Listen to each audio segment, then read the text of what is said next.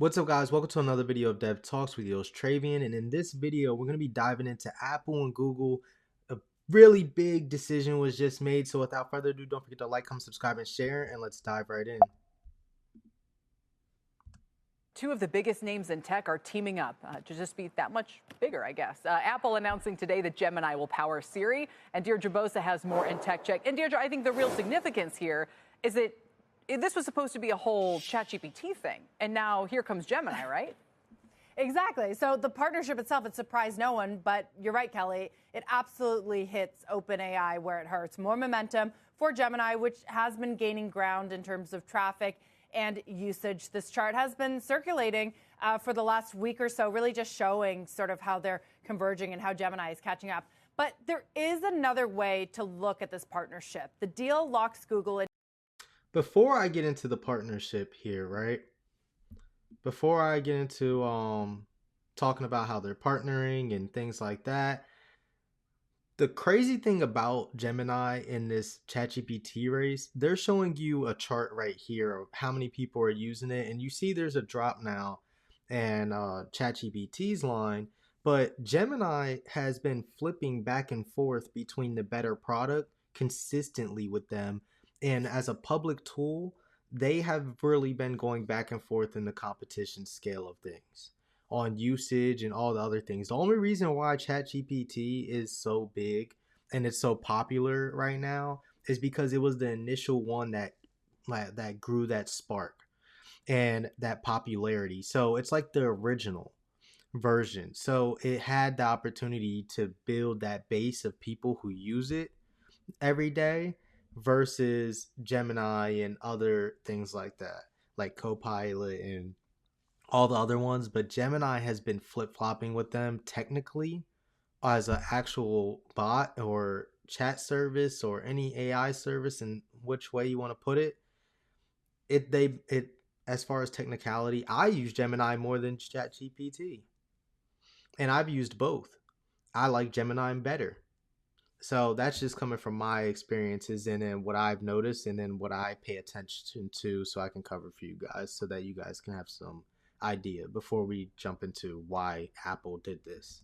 To the most expensive part of the AI stack, while Apple gets to keep control of the customer and the data. So yes, a new revenue stream and scale for Google Gemini, but this also caps the upside and it shifts longer-term leverage to the platform that owns the user, and that being Apple in this case. So here's how it works. Most requests are handled on device, on your iPhone. So that's on Apple's own chips. If the task is more complex, the request goes to Apple's private cloud compute, Apple-owned servers, Apple-controlled software, Apple's privacy rules. Google only sees what Apple decides to send, and at that point, it's highly scoped and anonymized. Google gets to keep the customer relationship and the data, while Google gets paid for inference and scale, yes, but it doesn't own the user. And this certainly doesn't help sell Pixel or Android devices on the back of this deal because they're able to access Gemini on an iOS device. So going back to that chart I showed you at the start, owning the customer, that may ultimately matter more than owning the model, especially in this next leg of the race. So Kelly, extremely bullish for Google on the surface. That's how you saw it hit $4 trillion in market cap this morning, but longer term, not quite as clear. And, we don't have the answers to many of these questions, so a lot will be determined. Well, let me give you guys the answers to the questions, right? Since you guys are looking for it here. If for people who don't know, we're gonna go take a step back real quick. Safari in Apple Apple Safari has been running off of Google's framework for the longest.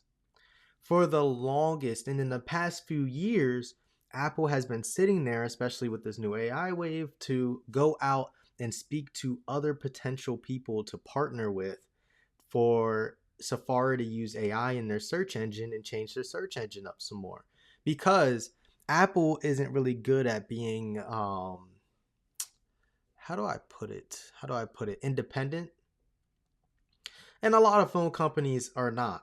Like, if we're really going to be honest, a lot of phone companies are not. Like the Pixels, Microsoft ones, they use the whatever carrier. Like, I think a lot of Androids use Google already, like the Samsungs and things. And then I think the Microsoft phones, they might use their own versions. Like they might use Copilot and things like that because it's already tied into Microsoft. You guys get what I'm saying here, but the Apple themselves, they came out with Safari and the whole back end stuff in their frameworks or whatever you want to, however you want to put it to for you guys to understand, has been used using Chrome or Google in that sense. So Apple already had such a long standing partnership with Google. And I think what happened is when Apple first looked at Siri on their standpoint, this is why a lot of people thought that they were going to go with OpenAI because Apple Intelligence was using OpenAI. Look at all of their videos and stuff that came out, WWDC and everything else from last year and the year prior. They were using OpenAI in their framework to be able to build up their Apple Intelligence because Apple, one, is not spending the money in AI. They are only investing probably about a billion to the tens of billions in their AI frameworks compared to all these other companies where Google's spending hundreds of billions of dollars on their AI capabilities, or OpenAI spending that much, or Meta spending that much. Apple just isn't doing it. And part of the reason is they're always late to things. They are always so late to get the ball running. They're not really that quick at reacting and developing and things like that as a company. As unfortunate as they have to say, a lot of people love Apple products. I use Apple products. They're just not that good at evolving at a quick rate. And they did not invest quick enough for them to be able to have their own independence when it comes to this. So they don't have their own search engine. They don't have their own AI framework. How are they going to build out Siri? So I'm assuming that when they did this for the search engine, because Gemini is automatically incorporated into Google, and they're going to incorporate Gemini into Safari as well too in some way, that when they looked out, they were like, okay, we're going to go with Gemini. And I'm telling you, a lot of people are going to stay with Gemini over OpenAI because Gemini is just as good, if not better. And it depends on when you are actually having these conversations because they will flip flop constantly throughout the year on which one is technically better at that given time. They will. It just depends on when they release stuff and when's the dates to release things, honestly, when we come out to all of these different situations. So now that Siri is and OpenAI are no longer going to be one, expect to see a large update. It probably won't be that large. I know that most of it is due to how they already have this relationship with Google and they already kind of tied themselves to Google in one sense. So why not just fully incorporate it entirely? At that point, you guys already have it intertwined with your search engine on your phone. Why not just go ahead and be like, hey, we'll just use Gemini for everything and just let it be? And we'll just let it be at that point. Nothing more, nothing less. Everything grows from there, and they're able to build it out still easier enough because they already have that relationship with them. It could have become difficult working with OpenAI in some senses. It was a lot easier probably for them to work with Google in a sense. There's a bunch of different reasons on why they would do this, but yeah, all it does is expands Google's revenue in that slight sense because it really doesn't make sense for Apple to be working with both of them.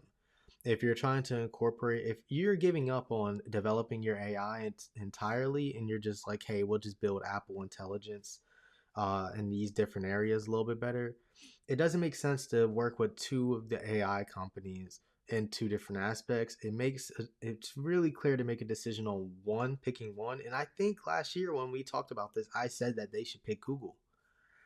I believe I said they should do that. So maybe somebody over there watched one of my videos now and came to that decision, or they just use common sense and they came to the same conclusion that I did when I was speaking about this and was like, hey, we actually have to choose this over anything else.